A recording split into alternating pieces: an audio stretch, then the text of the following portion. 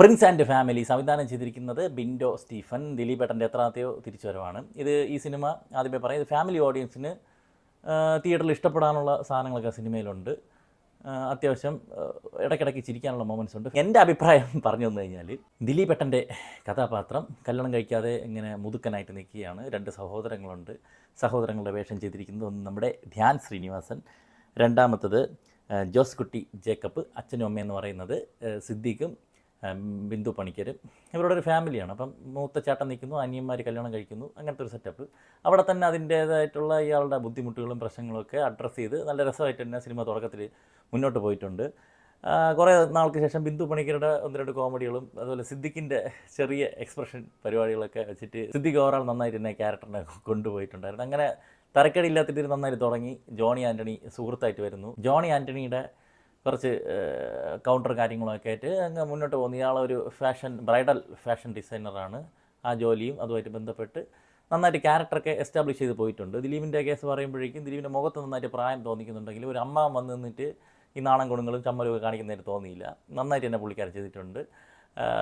പഴയ ഒരു പരിപാടികളൊക്കെ ഉണ്ട്, ദിലീപിൻ്റെ കുസൃതിയും കാര്യങ്ങളൊക്കെ ഇപ്പോഴും മുഖത്തുണ്ട്. ആദ്യം ഒരു നായിക വരികയാണ്, പുള്ളിക്കാരുടെ പേര് മീനാക്ഷി. അത് അവിടെ തൊട്ടങ്ങോട്ട് പടം ക്രിഞ്ചാവാൻ തുടങ്ങി. എന്ന് പറഞ്ഞാൽ ഇത് ഭയങ്കര ഫോഴ്സ്ഡ് ആയിട്ട് സീൻ വരുന്നു. ഇത് എന്താണ്, ഇതിൻ്റെ അവസാനം എന്തായിരിക്കും, ഈ റിലേഷൻഷിപ്പ് എങ്ങനെ തീരും എന്നുള്ളത് നമുക്ക് ഈസി ആയിട്ട് പ്രഡിക്റ്റ് ചെയ്യാം. അതൊക്കെ നല്ല നന്നായിട്ട് ഇരിപ്പുണ്ട് ആ സീനുകളൊക്കെ. അങ്ങനെ ഫസ്റ്റ് ഹാഫൊക്കെ ഭയങ്കര ഫോഴ്സ്ഫുള്ളായിട്ടും ക്രിഞ്ചായിട്ടുമൊക്കെ ഇങ്ങനെ വയ്ക്കുന്നുണ്ട്. ഇതിൻ്റെ ഇടയ്ക്ക് ധ്യാൻ ശ്രീനിവാസൻ്റെ കല്യാണ കാർഡ് കാണിക്കുന്നുണ്ട് കേട്ടോ. അതൊരു വെറൈറ്റി സാധനമായിരുന്നു. അത് ചിലപ്പം ഒരു ട്രെൻഡിങ്ങിൽ പോകാനുള്ള ഒരു പരിപാടിയുണ്ട്. അങ്ങനെ ഫസ്റ്റ് ഹാഫ് കഴിഞ്ഞപ്പോൾ അയ്യോ എന്തോ ആടേ ഇത്, കാരണം ഒട്ടും നാച്ചുറൽ അല്ല സിനിമ, ഓർഗാനിക്കായിട്ട് ഫീൽ ചെയ്യുന്നില്ല. ഫോഴ്സ്ഫുള്ളായിട്ട് മുഴച്ചിരിക്കുന്ന രീതിയിലുള്ള സീനുകൾ ക്രിയേറ്റ് ചെയ്ത് ഇങ്ങനെ പോകണം. ഇടയ്ക്കിടയ്ക്ക് ഒന്ന് രണ്ട് ചിരി ഉണ്ടായിട്ടുണ്ട് എന്നുള്ളത് തന്നെയാണ്. Lago അടിക്കണുണ്ടായിരുന്നു first half. എനിക്ക് തീരെ അങ്ങ് വർക്കൗട്ട് ആവാത്ത ഫസ്റ്റ് ഹാഫ്. സെക്കൻഡ് ഹാഫ് തുടങ്ങി വേറൊരു ക്യാരക്ടർ എൻട്രിയാണ് നായികയുടെ പേര് അവർ വെളിപ്പെടുത്തിയിട്ടില്ല, പക്ഷേ നമുക്ക് കിട്ടിയിട്ടുണ്ട്. റാനിയ റാണ എന്നാണ് പേര്. അങ്ങനെ തന്നെയാണെന്നാണ്. ഒരു ഡാൻസറാണ്, മലയാളി എല്ലാം തോന്നുന്നു. അവർ വരുന്ന തുടങ്ങി പടത്തിൻ്റെ മൊമെൻ്റ് ഒന്ന് ചേഞ്ച് ആവുകയാണ്. നല്ല രീതിയിൽ പിന്നെ ബാക്ക് ടു ബാക്ക് കിടിലൻ സീനുകൾ വരികയാണ്. അതായത് ഒരു സോഷ്യൽ മീഡിയ ഇൻഫ്ലുവൻസർ, ന്യൂ ജെൻസിയിലുള്ളത്, തിന്നുന്നതും പെടുക്കുന്നതും എല്ലാം എടുത്ത് നെറ്റിലിടുന്നിട്ട് റീച്ച് ഉണ്ടാക്കുക, കണ്ടൻറ് ഉണ്ടാക്കുക എന്നുള്ള ഒരു വ്യഗ്രതയോടെ നടക്കുന്ന ഒരു കഥാപാത്രം നന്നായിട്ട് തന്നെ അവർ ചെയ്തിട്ടുണ്ട്. ഡബ് ചെയ്തിരിക്കുന്നത് എനിക്ക് തോന്നുന്നു വിൻസി അലോഷ്യസ് ആണെന്നൊന്നും എനിക്ക് ഉറപ്പില്ല. നല്ല ഡബ്ബിങ് ആയിരുന്നു. അത് ബോറാക്കാതെ ഒന്നതിനെ ക്രിഞ്ചായിട്ടും വെറുപ്പിക്കുന്ന ക്യാരക്ടർ തന്നെയാണ്. അത് വെറുപ്പിക്കലിൻ്റെ മീറ്ററിൽ തന്നെ ചെയ്തു പോയിട്ടുണ്ട്. അവർ വന്ന് ഇവരുടെ ജീവിതത്തിൽ വരുന്നവരുടെ ഒരു പടം ഒന്ന് പൊക്കെയാണ്. പക്ഷേ അവിടെ തന്നെ ഈ കല്യാണമൊക്കെ ഭയങ്കര ഫോഴ്സിലാണ്. അതിനൊന്നും ഒരു റീസണൊന്നും ഒരു ജസ്റ്റിഫിക്കേഷൻ ഇല്ല, വെറുതെ ഒരു എന്തുവാണ് ഇത് എന്നുള്ള ഇതിൽ പിന്നെ ആ പടം സിനിമയാണ് എന്നുള്ള രീതിയിൽ കൺസിഡർ ചെയ്ത് പോയപ്പോഴേക്കും പിന്നീട് അങ്ങോട്ട് നല്ല കുറേ സീനുകൾ. അതിൽ തന്നെ ഈ എന്തിനും വേണ്ടി കണ്ടൻ്റ് ആക്കുന്ന ആൾക്കാരൊക്കെ എടുത്ത് നിരത്തി പറക്കി ഊക്കുന്നുണ്ട്. എന്ത് വേണമെങ്കിലും എടുത്ത് വെച്ച് കണ്ടൻ്റ് ആക്കുക, റീച്ച് കിട്ടുക, അതിൻ്റെ കോമ്പറ്റീഷൻ. പക്ഷേ അവിടെയും പലത് ഇൻഫ്ലുവൻസേഴ്സിൻ്റെ ഈ ഒരു കോമ്പറ്റീഷനെ കാണിക്കുന്നതൊക്കെ എല്ലാം ഫോഴ്സ്ഡാണ്. പക്ഷേ കുറേ സീനുകൾ നല്ല രസമുണ്ടായിരുന്നു. സിദ്ദിഖൊക്കെ അവിടെ അത്യാവശ്യം നന്നായിട്ട് സ്കോർ ചെയ്തിട്ടുണ്ട്. ഈ സിനിമയിൽ ഇമോഷണലി കണക്റ്റായ ഹുക്കായ ഒരേ ഒരു കഥാപാത്രം എന്ന് പറയുന്നത് മഞ്ജു പിള്ളയുടെ ക്യാരക്ടറാണ്. നല്ല നീറ്റ്. അവരായ കാലത്ത് പണ്ടൊക്കെ അവരെ ഉപയോഗിച്ചിരുന്നെങ്കിൽ എന്തോ ഒരു നല്ല ക്യാരക്ടർ നമുക്ക് ഉണ്ടായിരുന്നു. ഒരു വലിയ നടിമാരുടെ കൂട്ടത്തിൽ അറിയപ്പെടേണ്ട ഒരു അഭിനേത്രിയായിരുന്നു. ഇപ്പോഴും അവരുടെ ക്യാരക്ടർ നന്നായിട്ട് തന്നെ സിനിമയിലുണ്ടായിരുന്നു. ഞാൻ പറഞ്ഞില്ല, ഒരു ഇമോഷണൽ കണക്ഷൻ കിട്ടിയ ക്യാരക്ടർ അവരുടെ ഒരു ഇതായിരുന്നു. പിന്നെ അങ്ങോട്ട് പോയിട്ട് പിന്നെയും അങ്ങോട്ട് ഇത് തന്നെ ഇവർ ഒരു സാധനം കുറേ മെസ്സേജുകൾ പാസ് ചെയ്യുന്നുണ്ട്. ആദ്യമൊക്കെ നന്നായിരുന്നു.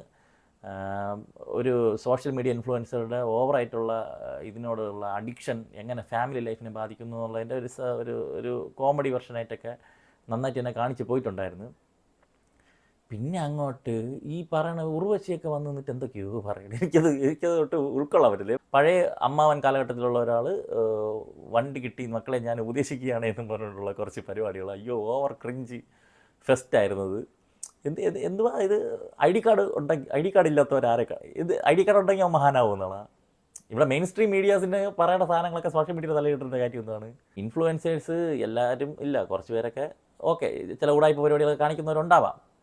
എല്ലാ മേഖലയിലും കള്ളനാണയമെല്ലാം ഉണ്ടല്ലോ എന്ന് പറഞ്ഞുകൊണ്ട് ഒന്ന് അടച്ചാക്ഷേപിക്കേണ്ട പരിപാടി.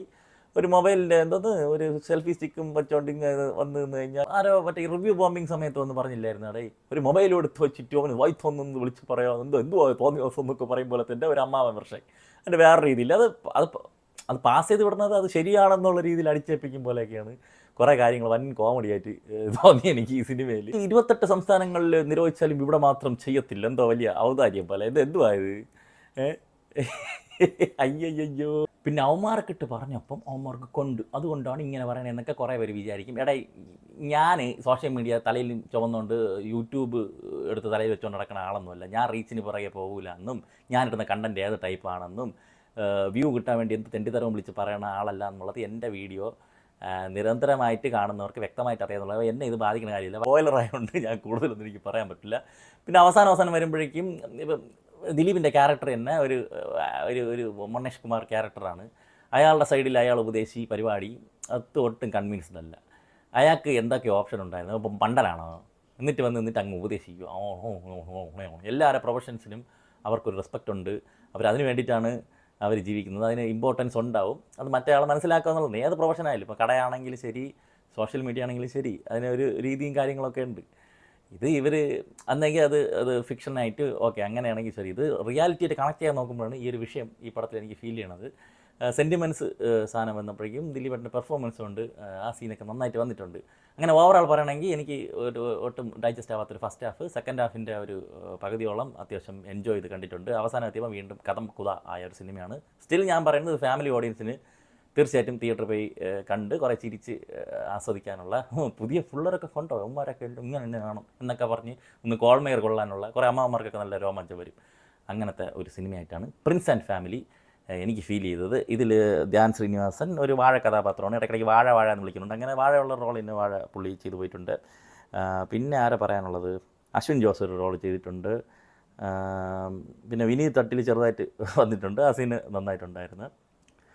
പിന്നെ അതിൽ സ്കോർ ചെയ്തിരിക്കുന്നതെന്ന് പറഞ്ഞാൽ ഇടയ്ക്കിടയ്ക്ക് ചുരുളിയിലെ ഒരു BGM ഒക്കെ ഇട്ടിട്ടുണ്ട്. അത് നൈസായിരുന്നു. ചുരുളിയിലൊന്നൊരു സാധനം ഉണ്ടല്ലോ, അതിൻ്റെ വേറെ വർഷം പോലെ കാണിച്ചിട്ടുണ്ടായിരുന്നു. അത് കൊള്ളായിരുന്നു. ഉദിത് നാരായണൻ്റെ ഒരു പാട്ട് കുറേ വർഷത്തിന് ശേഷം ദിലീപേട്ടൻ്റെ ഒരു പാട്ടത്തിൽ കാണാൻ സാധിച്ചു. മ്യൂസിക് ചെയ്തിരിക്കുന്നത് സനൽ ദേവ്. അത്രയൊക്കെ ഉള്ളൂ. എന്തരാ വരട്ടെ.